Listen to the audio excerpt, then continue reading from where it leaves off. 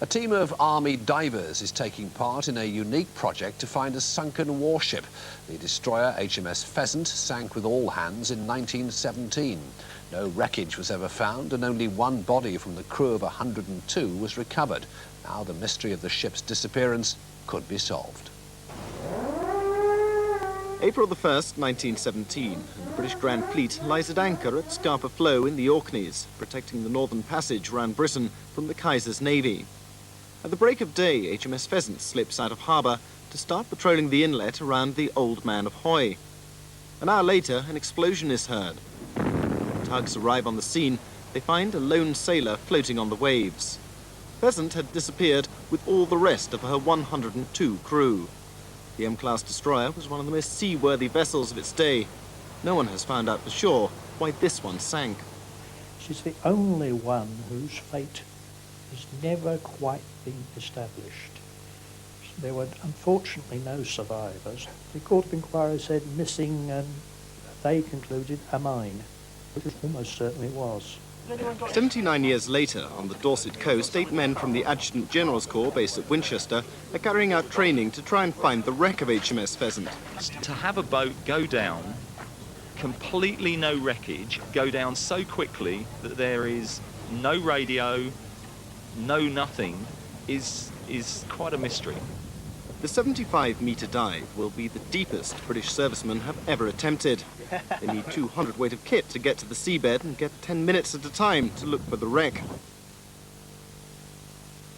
The area where HMS Pheasant went down is just off Orkney's most famous landmark, the Old Man of Hoy.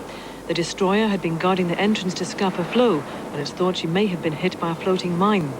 2.5 years ago, an Army sports diving team from the Adjutant General Corps based in Hampshire decided to be the first to find the wreck.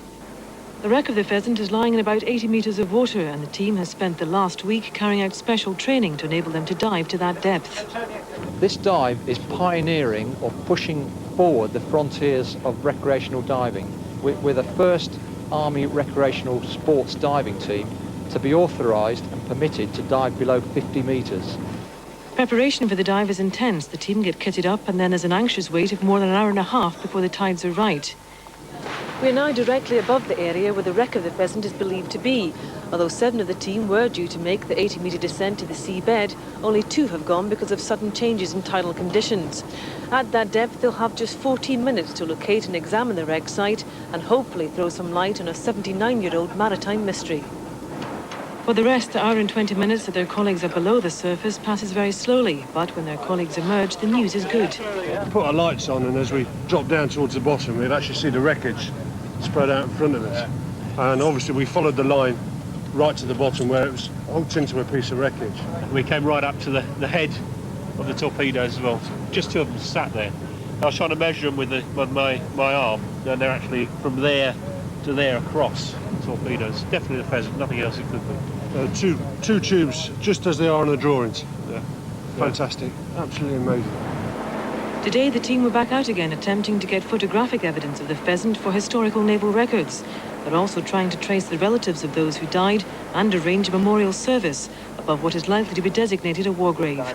Carol Jones reporting Scotland off the Old Man of Hoy.